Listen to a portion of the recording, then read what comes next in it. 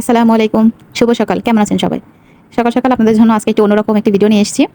আমি টি লাভার, তবে ব্লাক টি লাভার। তো এই ভিডিওটা টি লাভারদের জন্য।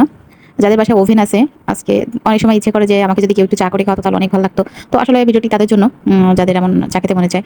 তো আমি হচ্ছে এখানে 2 স্পুন সুগার এড করেছি এবং 1 স্পুন টি এড করেছি। আ চা পাতা এড করেছি। করে আমি ১ কাপ মতো পানি নিয়েছি।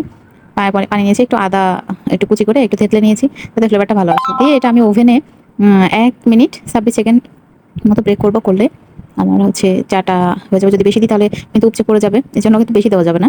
তো আমার টাইম মেজারমেন্ট করা আছে, যেহেতু আমি প্রায় এটা করে খাই। সেহেতু ১ মিনিট ২৬ সেকেন্ড দিলে এমন একটা কাপে কিন্তু চাটা হয়ে যায়। যে একটু মিক্স করে রাখলে একটু পরেই কিন্তু চাটা রেডি। আর একটা ছোট্ট একটা হাদিস আপনার সাথে শেয়ার করা যায় যে গরম খাবার টাকে ফু দিয়ে কিন্তু খাওয়া যাবে না। তাহলে কিন্তু এটাতে কার্বন ডাই অক্সাইড যোগ হয়, যেটা শরীরের জন্য অত্যন্ত ক্ষতিকর। এটা আমাদের হাদিসেও বলা আছে এবং বিজ্ঞানও এখন সেটা প্রুভ করছে। সো কেউ গরম জিনিস ফু দিয়ে খাবেন না। ভালো থাকবেন সবাই। আল্লাহ হাফেজ।